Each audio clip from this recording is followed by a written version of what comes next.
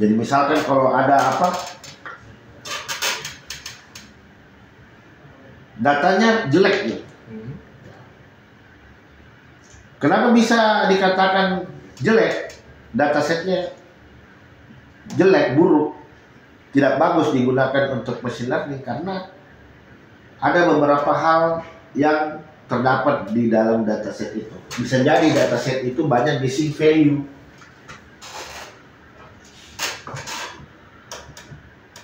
Missing value. Artinya apa? Artinya banyak atribut yang hilang. Ya, banyak. Misalkan kalau informasi itu kan terdiri dari beberapa kolom. Mungkin ada beberapa kolom yang nilainya hilang, missing value. Atau tidak ada data yang duplikat. Ya. Missing value, data duplikat, noise, salah pengukuran. Nah, jadi ini yang menyebabkan terjadinya apa namanya? False positive. Ya.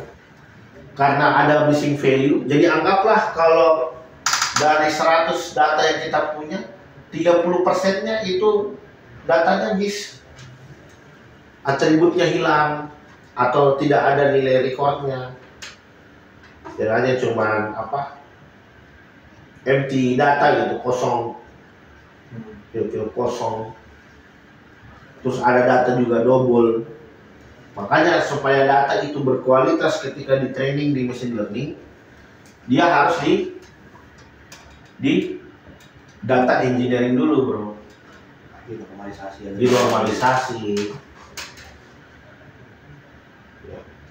Artinya dihilangkan, duplikatnya dihilangkan, kemudian missing value-nya dihilangkan. Nah, kalau ada yang bisa diganti, kalau misalkan ada missing value, itu missing value pun ada cara penanganannya. Kalau memang apa? Kalau mungkin cuma satu atribut atau dua atribut yang hilang, mungkin kita bisa ambil dari rata-rata. Tapi kalau banyak atribut yang hilang ya agak susah. Mending sekalian dihapus aja satu baris itu. Tapi kalau ternyata banyak atribut yang bolong-bolong ya. Nah, kalau bolongnya cuma beberapa ya masih bisa ditangani, tapi kalau bolongnya banyak itu akan mempengaruhi kualitas mesin learning. Jadi dia belajarnya jadi jelek gitu. Karena pengetahuannya nggak sempurna. Pengetahuannya masih apa namanya? Setengah-setengah, nggak full gitu. Jadi kita pastikan dulu bahwa data kita ini memang data yang berkualitas. Caranya gimana ya? Caranya kita bisa dengan melibatkan expert. Data expert. Nah, data expert. Jadi dia nilai dulu nih, expertnya nilai dulu. Oh ini datanya memang oke, layak ini bisa kita pakai datanya untuk kebutuhan machine learning, cocok. Karena ada expertnya, ada expertisnya. Jadi expertisnya yang menilai kelayakan daripada data itu untuk dipakai untuk kebutuhan machine learning, apalagi untuk dipakai di industri. Datanya itu nggak boleh main-main, dan expertnya pun itu memang betul-betul bisa menilai bahwa ini data memang layak atau tidak, memang betul-betul yang experience lah di bidang itu.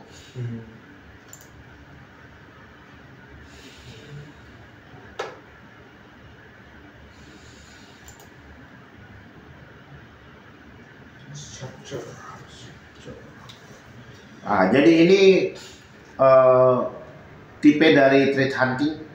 Jadi dalam melakukan threat hunting itu bisa dilakukan secara terstruktur atau tidak terstruktur, ya.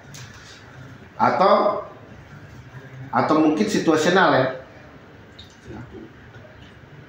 Structural threat hunting is proactive approach in cyber security that rely on indicator of attack and threat actor TTP. Berarti apa? Berarti kita udah punya datanya, kita udah punya knowledge-nya. Jadi misalkan ada percobaan serangan,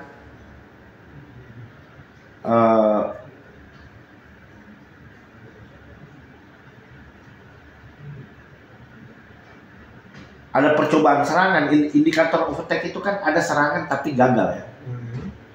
Gagal.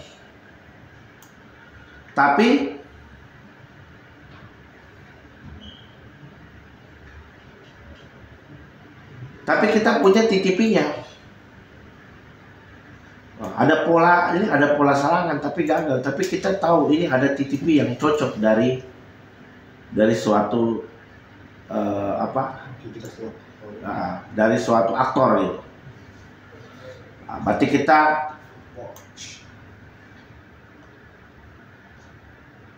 Berarti kita melakukannya itu secara terstruktur karena semua sudah terdefinisi dengan jelas ya. Tapi kalau yang tidak terstruktur, kita harus menunggu adanya trigger dulu dari CM. Ya.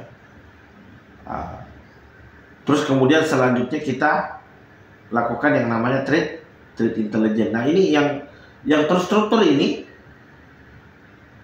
yang kita trade intelligence dulu, baru kita mulai trade hunting.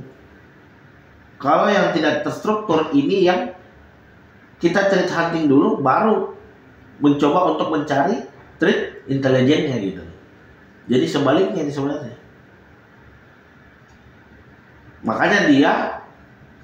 Makanya di sini dikatakan bahwa dia itu indikator attack, ya. Karena tidak tereksekusi, karena kita udah punya knowledge-nya ya. Kalau yang tidak terstruktur ini karena kita tidak punya knowledge-nya.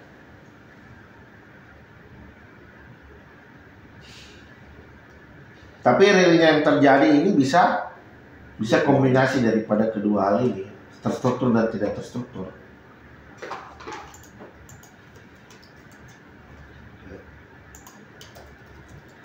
Berarti kalau situational oriented driven ini kayak kasusnya forensik menurut dia. Ya. Target. Oh, atau lebih sering target berarti.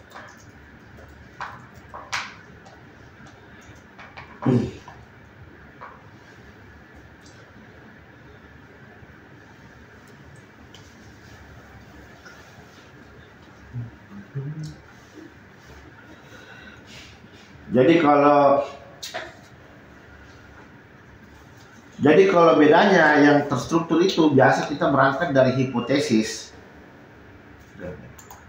Kalau yang struktur ini kita berangkat dari hipotesis. Misalkan proses huntingnya itu mengacu pada framework. Ya. Misalkan frameworknya apa, meter attack. Berarti kan kita udah tahu ciri-cirinya kan. Misalkan kalau APT itu biasa menggunakan kredensial dumping.